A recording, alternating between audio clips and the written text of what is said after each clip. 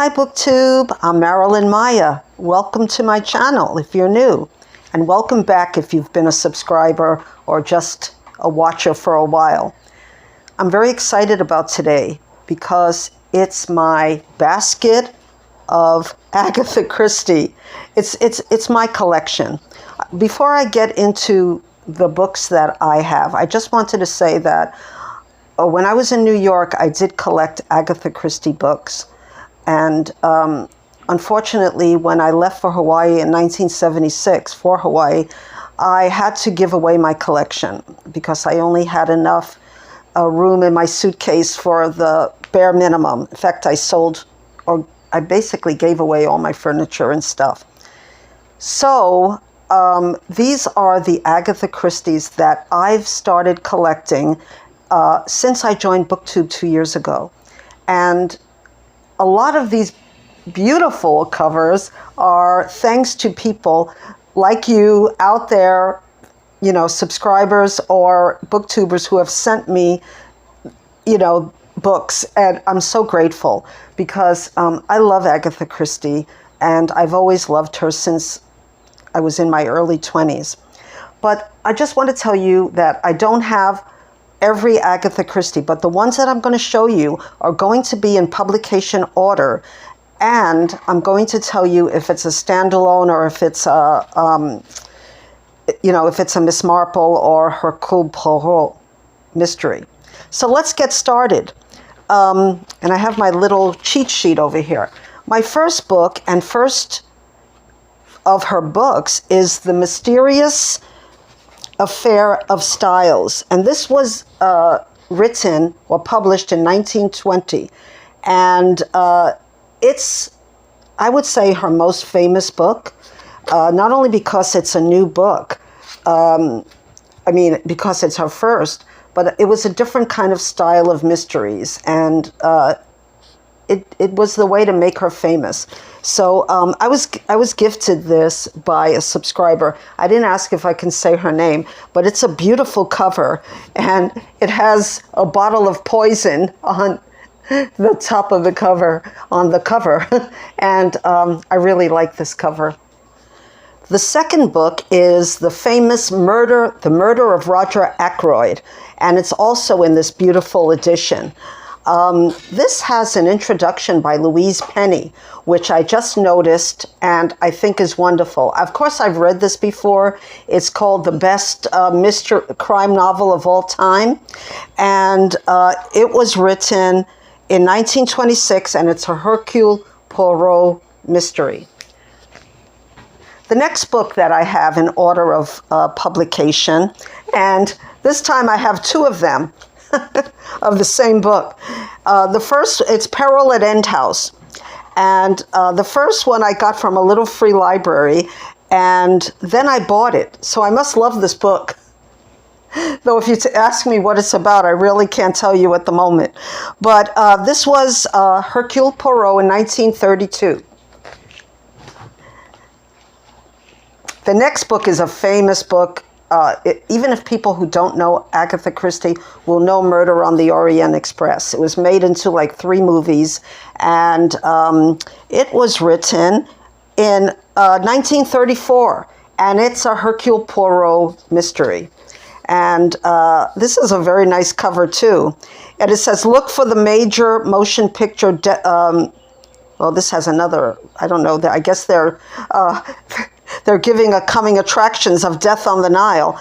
But yeah, so have you read this one? My next book is Why Didn't They Ask Evans? And you know, it's funny, they made a television program about this. I don't know if it's BBC. I had never heard of it.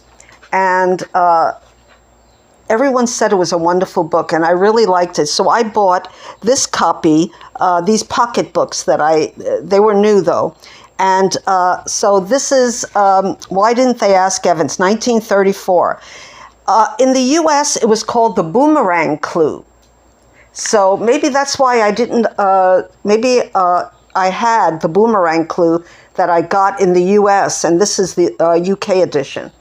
So, and So I said that this is a standalone, I think. Okay. According to this, it's a standalone. And the next book I have, and Kelly, I won this in a giveaway, which I mistakenly said that I had bought, but I never read this, and it's a 3. This has Murder on the Orient Express, They Came to Baghdad, and Murder in Mesopotamia, and it's Dame Agatha Abroad by the Mystery Guild, a beautiful copy. And I've only read Murder on the Orient Express. So Murder in Mesopotamia was written in 1936, and it's Hercule Poirot. Okay. And the next book I have is something I bought because it had a dog on it, and it's Dumb Witness. And Dumb Witness was written in 1937. In the U.S., it was called Poirot Loses a Client. But, yeah, I like Dumb Witness better, I guess. Maybe because they used to call deaf people dumb, and maybe that's why it was changed in the U.S. But, yeah, that could be a reason. Let me know if you think that's the reason they changed. Usually it's the other way around, that the UK has the racist titles and like that.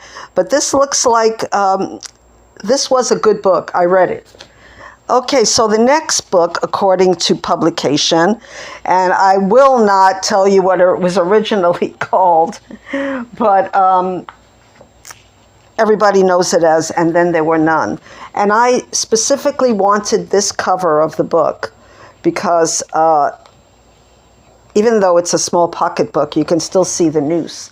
And that's a big clue in this book.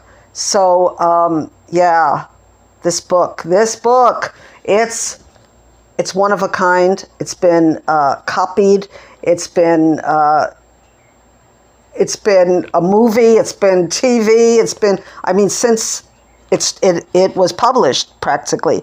And this is 1939. In the U.S., well, it had a lot of different names. Let's just say it's And Then There Were None.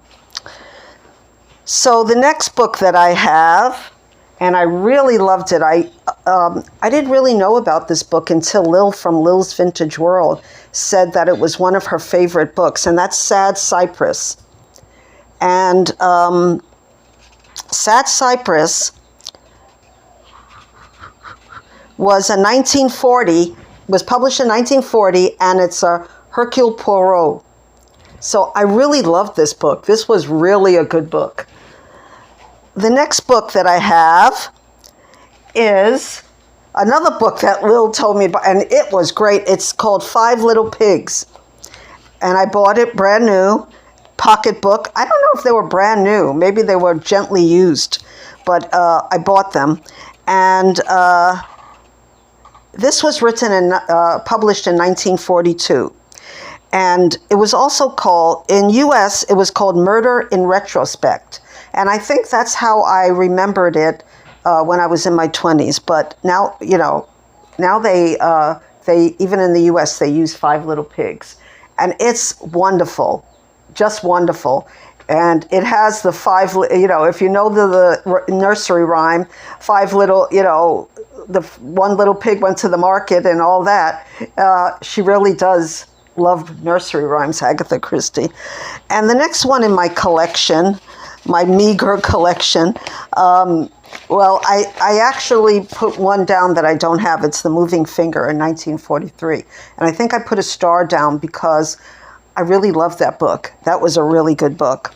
And this book I buddy read with Janelle from Too Fond of Books. And I had never heard of this book.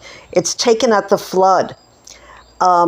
And this was a very unusual book because it talked about the war. And Agatha Christie didn't often talk about any of the wars. So this was written in 1948.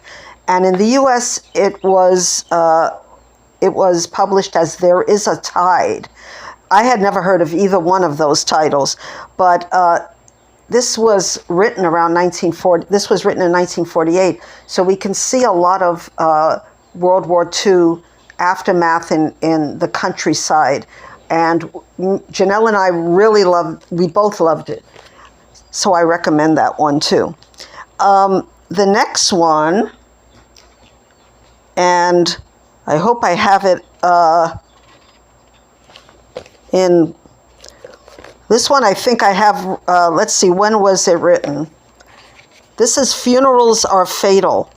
And I think I may have it out of order. No, actually, I don't think I do.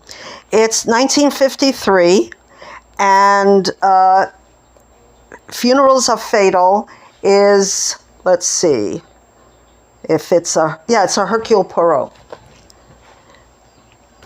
Now, the next one is one I'm going to read from March Mystery Madness. I bought this brand new. It really spoke to me. Every time I hear that Agatha Christie loved a book particularly, like she loved The Moving Finger, she thought it was one of her best books, I want to get it. And it says a limited TV series, and it's Ordeal by Innocence. And Ordeal by Innocence was 1958. The next one, I don't know if I read it or not, but I've heard it on Booktube. It's Cat Among the Pigeons. And this one is 1959, and it's a Hercule Poirot. The next book I got in Paris at the Shakespeare and Company, and I hope to read this for March Mystery Madness this year. And it's The Pale Horse.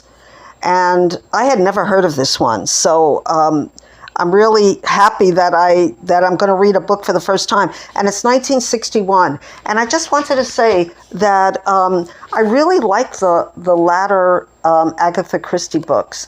I find they have a mood to them that sometimes her earlier books don't have, because she was living in that period. But it's like during this period, she's experiencing the changes and everything. But this one is a different kind of mystery. So I'm looking forward to reading it this year. And the next one I have, getting down, and this is also one that was recommended highly by Lil and other people, and it's The Caribbean Mystery. And The Caribbean Mystery was written in 1964. And it's a Miss Marple book, and it has a lot of those it's a really unusual Miss Marple book. I really suggest that you read it. I loved this book. It's one of my favorite of her latter books. And on that same vein, Endless Night.